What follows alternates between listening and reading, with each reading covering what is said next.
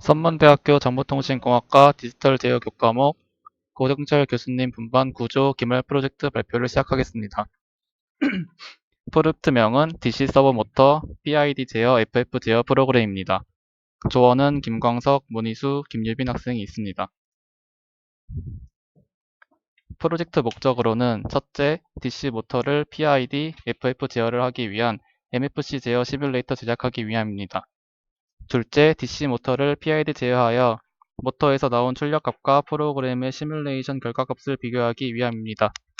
셋째, PID 제어에서 P제어, I제어와 D제어 시 과도 응답 곡선을 보고 이론값과 실제 측정 결과를 비교하여 PID 제어의 특성을 파악하기 위함입니다.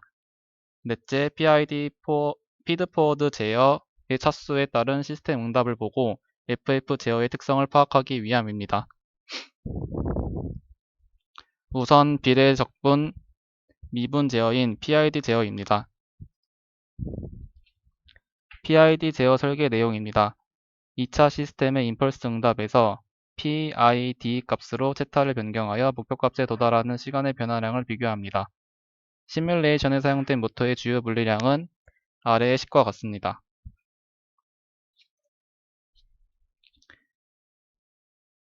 PID 제어는 각각 비례, 적분, 미분의 사망의 동작을 조합시켜 사용하는 제어입니다. 비례 제어인 P 제어는 기본적인 제어이며 이 제어만 사용할 경우 정상 상태 오차가 발생됩니다. 또한 출력 주파수를 제어하여 출력 주파수와 비례 관계를 갖도록 합니다. 적분 제어인 I 제어는 정상 상태 오차를 없애기 위해 사용됩니다. 대신 적분 제어를 사용하게 되면 반응 속도가 느려지는 단점이 있습니다. 미분 제어인 D 제어는 안정성과 응답 속도를 높이는 데 사용됩니다. 잡음 성분이 있을 경우 제어 입력에 악영향을 미치는 단점이 있습니다.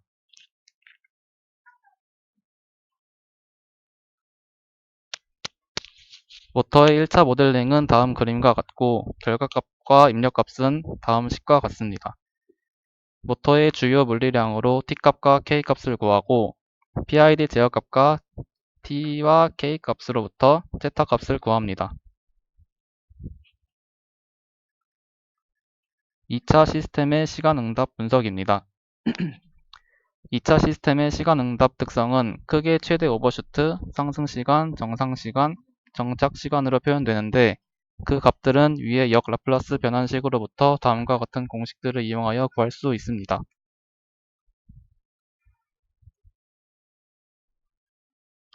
공식은 다음과 같으며 MP는 최대 오버슈트, TR은 상승시간, TP는 정상시간, TS는 정착시간을 뜻합니다.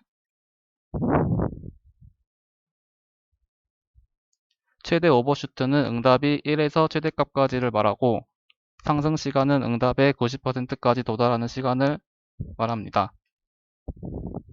정상시간은 응답의 최대값까지의 시간을 말하고 정착시간은 응답이 안정화될 때까지의 시간을 뜻합니다.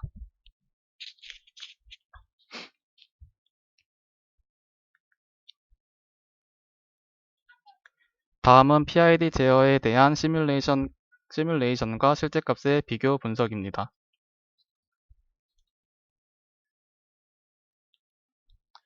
KP 비례 제어 분석 내용입니다. P가 0.5일 때 오버슈트는 적게 발생하며 기준값과 도달 시간이 길어집니다. 실험의 경우가 이론보다 오버슈트가 크고 도달 시간이 길어집니다. P가 1일 때는 P가 0.5일 때보다 더 빨리 기준값에 도달하나 오버슈트가 더 커지게 됩니다. 마찬가지로 실험의 결과가 이론의 경우보다 오버슈트가 더 큽니다. P가 2일 때는 1일 때보다 더 빨리 기준값에 도달하나 오버슈트가 더 커지게 되는 것을 볼 수 있었습니다. 마찬가지로 실험의 결과가 이론의 경우보다 오버슈트가 더 큽니다. KD 미분 제어 분석 내용입니다. D 값이 5일 때 P를 2로 고정하고 KD 변화량을 보았습니다. 이론에 비해 시뮬일 때가 최대 오버슈트가 더 큰 것을 확인할 수 있었습니다. D가 5일 때가 0일 때보다 오버슈트가 더 적고 더 빨리 기준값에 도달합니다. 즉 정착 시간에 빨리 도달하게 됩니다. 11대 실험의 경우가 이론보다 상승 시간이 더 길어지는 것을 알 수 있었습니다. KI 적분 제어 분석 내용입니다. i가 0일 때는 KP를 2로 고정하고 i 값의 변화량에 따른 램프 함수의 변화량을 분석해 보았습니다. KI 제어는 KI 값이 커질수록 기준선과의 오차가 줄어듭니다. 또한 KI 값이 커질수록 기준값에 좀 더 빨리 도달함을 볼 수 있었습니다. PID 제어 실험 결과 분석 결론입니다. KP는 오차에 비례하여 제어 입력을 계산합니다. 따라서 KP 값이 크면 클수록 오차 보상에 대한 제어 효과가 커지게 되어 응답은 빠르게 되나 다소 진동이 생기게 되고 오버슈트가 증가합니다. 즉 응답은 빠르지만 진동이 생기고 정착 시간이 길어지게 됩니다. 반면 제어 정밀도는 올라갑니다. P제어가 제어할 수 없는 정상 상태 오차는 그 크기가 너무 작기 때문인데 이를 잔류 편차라고 합니다. 적분 제어는 이런 잔류 편차를 시간 단위로 적분하며 그 값이 조작 가능한 크기가 될 때까지 조작하는 방식입니다. 빌의 개수가 커질수록 최대 오버슈트가 작고 진동이 적어지며 기준선에 더 빨리 도착합니다. 오차의 변화량을 보고 조작량을 결정하는 방법을 미분 제어라 합니다. 즉 오차의 변화의 반대 방향으로 제어가 이루어지게 되는데 이는 오차의 값을 미분한 반대 방향으로 조작량을 변화시키는 방법입니다. 때문에 액츄레이터가 급변하는 것을 감소할 수 있습니다. PID 제어의 결론은 KP가 감소하면 오버슈트가 감소하고 목표값에 천천히 도달합니다. KP가 크면 목표값에 빨리 도달하지만 정착 시간에 도달하는 시간이 길어집니다. KP가 커질수록 제어 정밀도가 높아집니다. KD가 10에 가까워지면 목표값에 빨리 도달합니다. KD가 클수록 오버슈트가 감소합니다. KI가 증가할수록 TP 시간이 짧아지고 오차 범위가 줄어듭니다.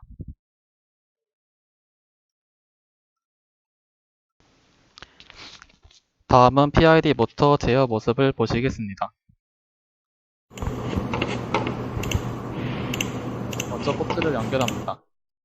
초기화 후 디지털 모델 버튼 클릭 후 클로즈 루프 한 뒤 스텝 함수를 비교해 보겠습니다. 먼저 P 제어입니다.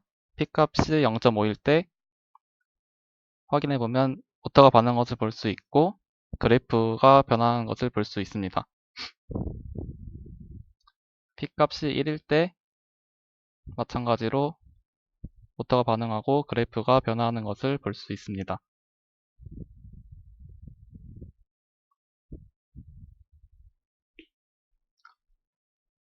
다음은 D 제어입니다. D 값에 5의 값을 넣은 뒤 확인해 보면 모터가 반응하는 것을 볼 수 있고 그래프가 변하는 것을 볼 수 있었습니다. D에 10의 값을 넣은 뒤 확인해 보면 다음과 같은 그래프를 확인해 볼 수 있습니다. 다음은 25 값을 넣었을 때의 모습입니다.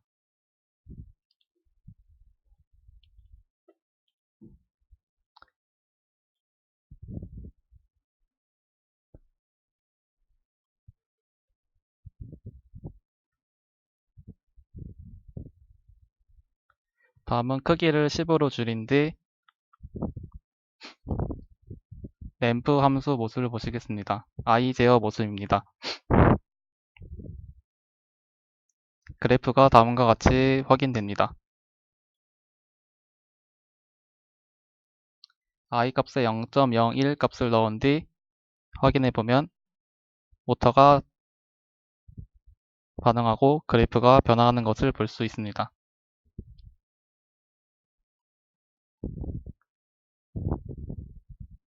KI 램프 제어는 목표값에 천천히 도달하기 때문에 모터가 천천히 도는 모습을 확인할 수 있었습니다.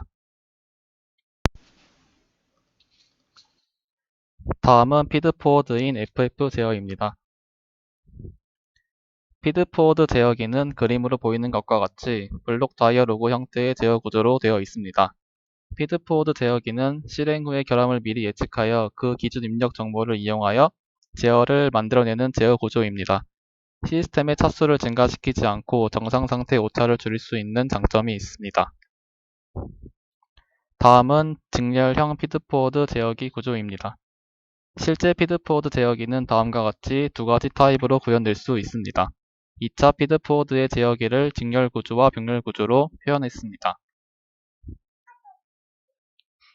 다음은 2차 피드포워드 제어기를 3차 피드포워드 제어기 병렬형 구조로 구현한 예입니다. 다음은 각 1차, 2차, 3차 개인의 값을 정하는 수식과 그에 따른 소스입니다. 여기서 1차 피드포워드 게인은 속도 보상 게인, 2차 피드포워드 게인은 가속도 보상 게인, 3차 피드포워드 게인은 저크 보상 게인이라고 부릅니다. 각각이 일정한 속도를 갖는 경사 입력, 일정한 가속도를 갖는 포물선 입력, 일정한 저크를 갖는 3차 곡선의 정상 상태 오차를 제거하는 특성을 갖고 있습니다. 다음은 실험용 모터 사이트에서 얻은 모터 물리량과 제어 게인, 디지털 모델링 값을 넣어주는 소스와 MFC 텍스트 박스 모습입니다. 다음은 모터의 주요 물리량으로 T값과 K값을 구하고 플랜트 파라미터 값을 구하는 수식과 그에 따른 MFC 소스 텍스트 박스 모습입니다. 다음은 실행 버튼 소스입니다. 콤보 박스에서 FF 제어 차수를 받게 되고 받은 차수에 따라서 0에서 3차까지 미분하여 결과값이 나오게 됩니다. 다음으로는 피드포워드 제어 실행 영상을 보시겠습니다.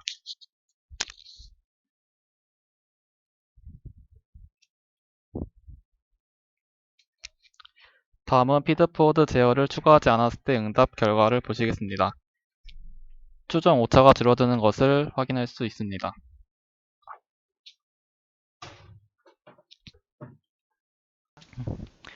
다시 피드포워드 제어 실행 영상을 보시겠습니다.